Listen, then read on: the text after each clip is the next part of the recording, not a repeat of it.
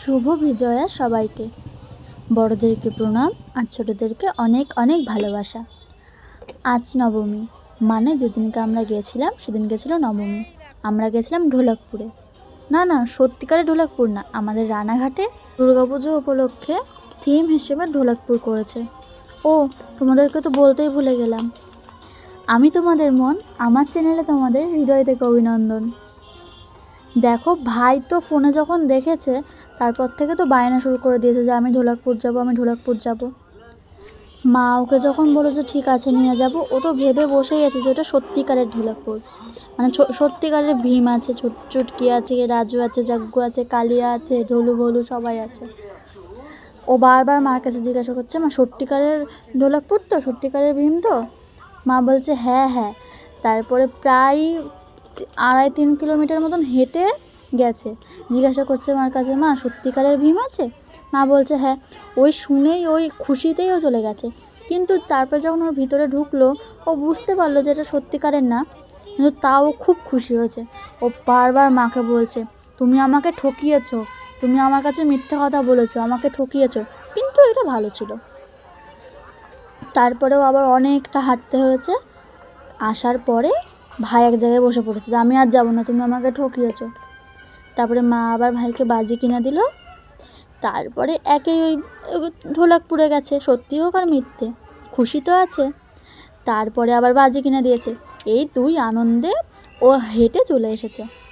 তারপরে রানাঘাট থেকে আমরা টোটো করে আমাদের ফুলিয়া চলে এসেছিলাম। এর মধ্যে গিয়ে মানে এই প্যান্ডেলে ঢোকার পরে অনেক ছোটোবেলাকার জিনিস মনে পড়ে গেল। ছোটোবেলায় তো ছোটো ভীম, চুটকি এসব দেখতাম না। প্রথমে আমি ভেবেছিলাম মা হয়তো ছবি তুলছে, ওই জন্য স্থির হয়ে দাঁড়িয়েছিলাম।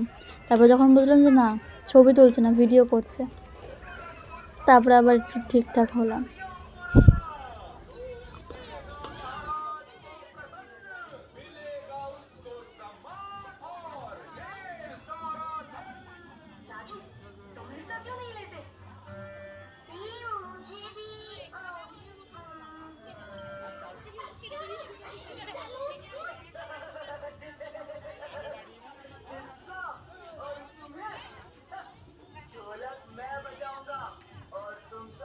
ঠিকানাটা তো জানতাম না, মানে লোকের কাছে শুনতে শুনতে গেছি।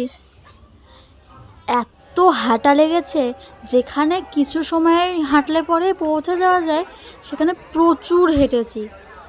সবার কাছে জিজ্ঞাসা করতে করতে গেছি, না জানলে যা হয় আর কি, চিনি না জানি না, শুনে শুনে শুনে শুনে এসেছি।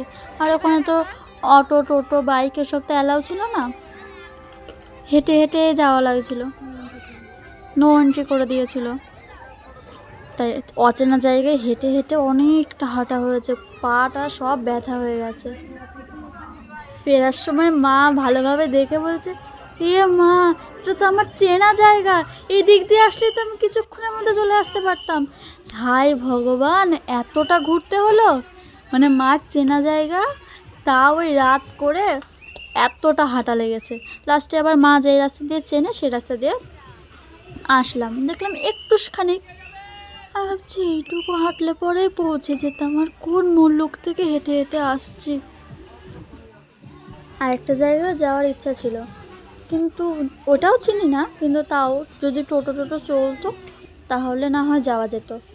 ওটাও শুনেছি বা ফোনে দেখেছি, যেটুকু সুন্দরই মনে হয়েছিল। ওখানে বৃদ্ধাশ্রম করেছিল। তো আজ এইটুকুই, দেখা হচ্ছে পরবর্তী ভিডিও।